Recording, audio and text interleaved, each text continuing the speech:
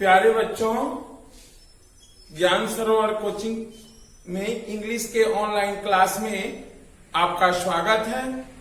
पिछली कक्षाओं में हम लोग जाने थे सिंपल प्रेजेंट टेंस अर्थात सामान्य वर्तमान काल, उसका यूज भी जाने थे कि उसका प्रयोग हम कहां कहां करते हैं, किन समय में करते हैं। जैसे भूतकालीन घटनाओं को अखबार में प्रसारण के लिए, कमेंट्री को लिविंग बनाने के ख्याल से हम सिंपल प्रेजेंट टेंस का प्रयोग करते हैं। आज हम प्रेजेंट टेंस के दूसरे भेद प्रेजेंट कंटिन्यूअस टेंस के बारे में जान रहे हैं। पहले हम जाने कि प्रेजेंट कंटिन्यूअस टेंस है क्या। The present continuous tense indicates a specific action that is going on at the time of speaking. अर्थात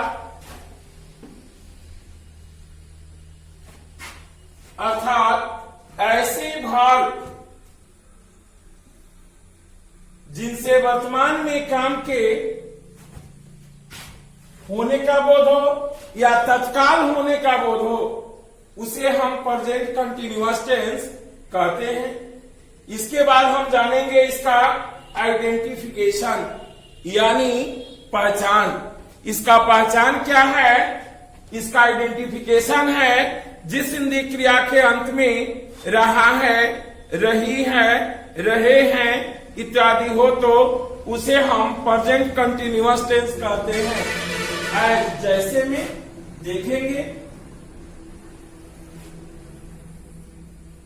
वह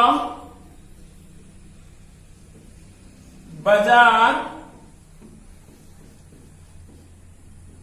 जा रहा है, इसके अंत में देखेंगे रहा है, यह टेंस हो जाएगा प्रेजेंट कंटिन्यूअस टेंस। दूसरा, वह गाना गा रही है, इसके अंत में रही है, यह कौन सा टेंस होगा? Present continuous tense.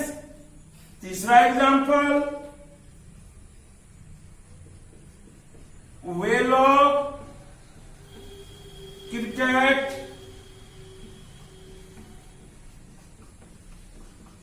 खेल रहे हैं, इसके अंत में रहे हैं, ये सारे वाक्य होंगे प्रेजेंट कंटिन्यूअस टेंस के।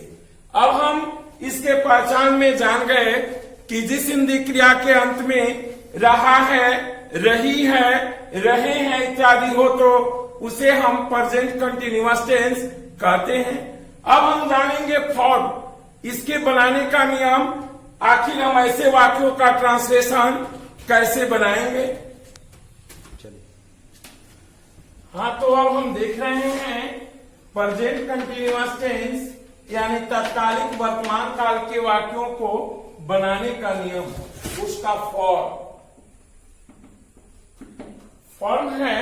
सबसे पहले लिखेंगे सब्जेक्ट, उसके बाद is am are according to subject के अनुसार ही हम इज एम आर का प्रयोग करेंगे। उसके बाद है V4 यानी वर्ब का चौथा रूप। वर्ब का चौथा रूप कैसे बनाते हैं? तो मूल क्रिया में आईएनजी जोड़ने से वर्ब का चौथा रूप बनता है V1 plus ING equal to V4, जो मैं अब बताऊंगा। Other word full stop. I यानी फर्स्ट पर्सन आई के साथ am, first person plural we के साथ आर, सेकेंड पर्सन यू के साथ आर, थर्ड पर्सन दे के साथ आर और प्लूरल के साथ आर का प्रयोग होगा। Third person he, she, it और सिंगुलर जो भी हो उसके साथ इज का प्रयोग करेंगे। अब हम देखेंगे कि वर्ब का चौथा रूप कैसे बनाते हैं।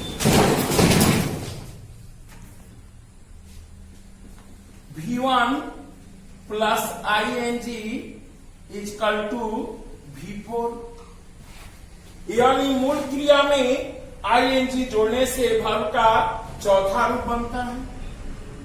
एज गो है, गो में हम आईएनजी जोड़ेंगे तो हो जाएगा। उसके बाद गोइंग, गो हो गया वर्ब का पहला रूप, इसमें आईएनजी जोड़ने से गोइंग हो गया वर्ब का चौथा रूप। उसी तरह रीड है, रीड हो गया वर्ब का पहला रूप, रीड में हम आईएनजी जोड़ेंगे, रीडिंग। रीडिंग हो गया वर्ब का चौथा रूप। अब हम इसका उदाहरण देखते हैं कि उदाहरण हम इसको कैसे बनाएंगे। अब हम इसका उदाहरण देखेंगे कि हम ट्रांसलेशन कैसे बनाएंगे। तो आइए अब हम इसका अनुवाद बनाते हैं। एज जैसे हैं, मैं कॉलेज जा रहा हूं। सब्जेक्ट हो गया मैं का अंग्रेजी क्या होगा? आई। आई के साथ कौन सा ऑक्सिलरी वर्ब आएगा? एम। मूल क्रिया हो गया जाना, जाना का गो और चौथा रूप बनाना है। चौथा रूप बनाएंगे तो गोइंग टू कॉलेज। दूसरा एग्जाम्पल,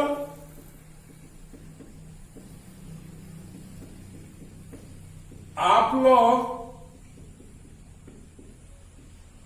अंग्रेजी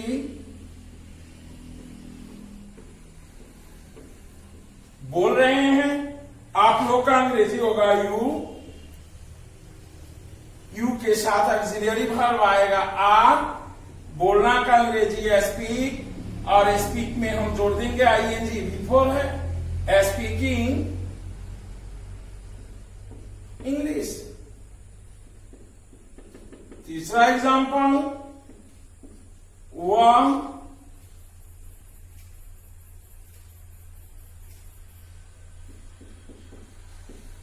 गाना गा रही है।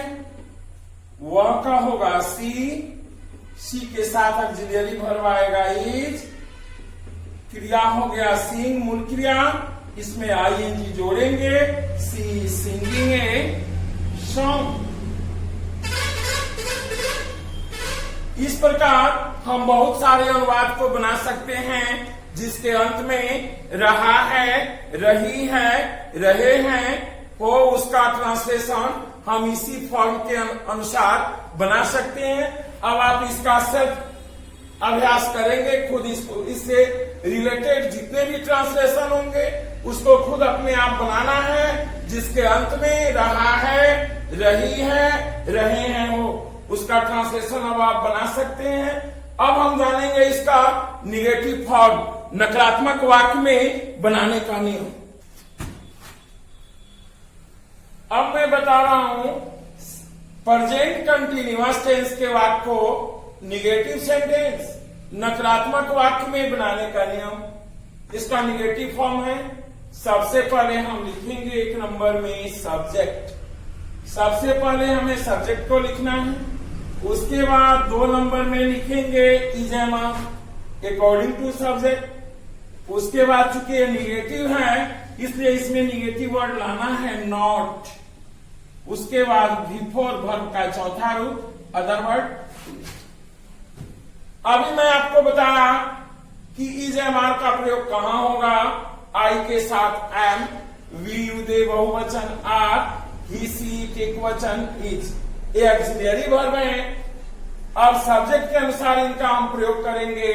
अब आप ट्रांसलेशन देखेंगे, उदाहरण देखेंगे। हम लोग क्रिकेट नहीं खेल रहे हैं। हम लोग वी के साथ ऑक्सिलरी इज एम आर में, नहीं है, नॉट मूल क्रिया हो गया, खेलना, खेलना का प्ले होगा, इसका चौथा रूप इसमें हम आईएनजी जोड़ेंगे, we are not playing cricket. अगला एग्जाम्पल, मैं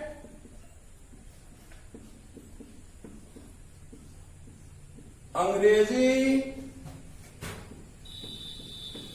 नहीं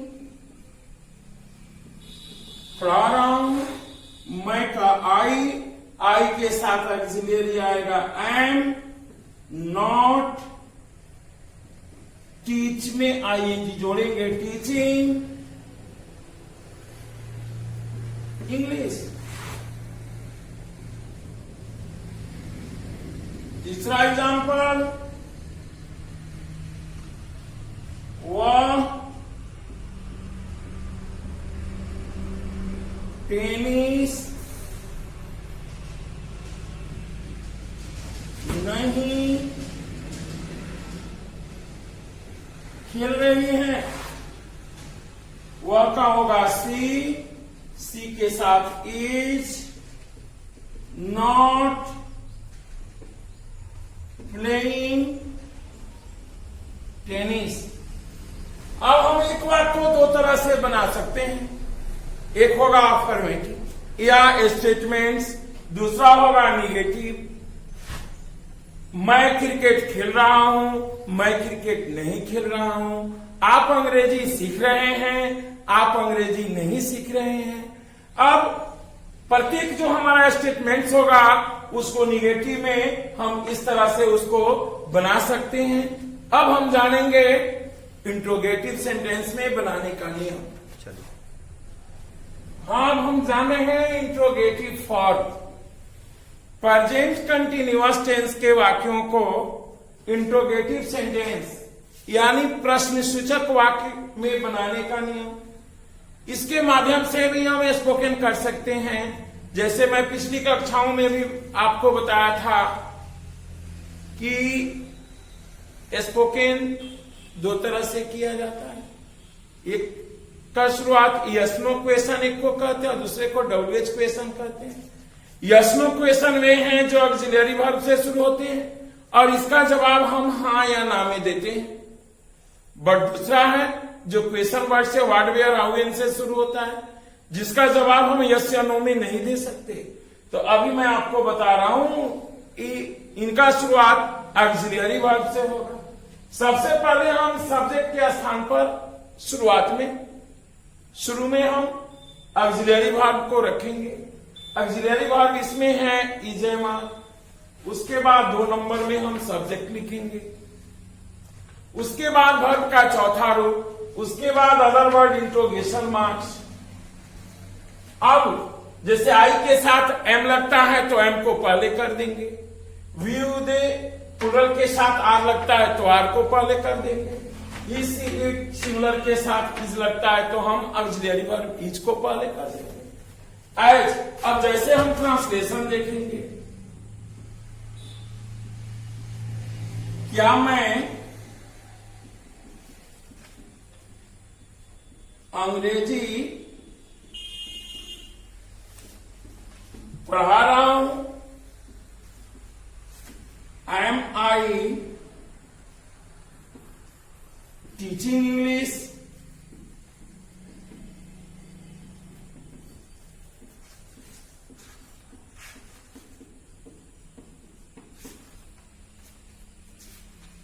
क्या आप लोग क्रिकेट खेल रहे हैं?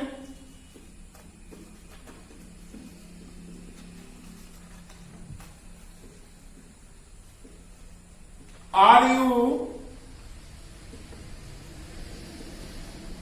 Playing cricket? तीसरा एग्जाम्पल हम देखेंगे, क्या वह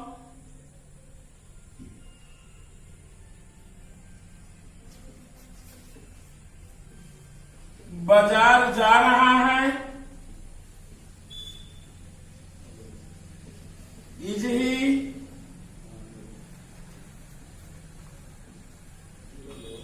गोइंग टू मार्केट?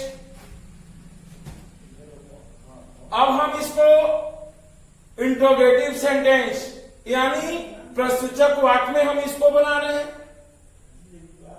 इसमें सबसे पहले हम इजेमार लिखेंगे, subject before other word interrogation marks.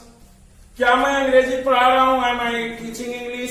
क्या आप लोग क्रिकेट खेल रहे हैं? Are you playing cricket? क्या वह बाजार जा रहा है? Is he going to market? अब एक वाक्य को हम 3 तरह से बना सकते हैं। मैं पढ़ रहा हूं, मैं नहीं पढ़ रहा हूं, क्या मैं पढ़ रहा हूं, वे लोग खेल रहे हैं, वे लोग नहीं खेल रहे हैं, क्या वे लोग खेल रहे हैं। अब एक वाक्य को हम जब 3 तरह से बनाएंगे तो हमें धीरे धीरे अंग्रेजी का अनुवाद के साथ साथ हमारा स्पीकिंग पावर भी स्ट्रांग होगा, हम बेहतर कर सकते हैं इंग्लिश में। अब हम जानेंगे इसके बाद इंट्रोगेटिव प्लस निगेटिव थॉट, यानी इंट्रोगेटिव और निगेटिव, जिसमें क्या और नहीं दोनों होगा, उसको बनाने का नियम हम अगली कक्षाओं में जानेंगे।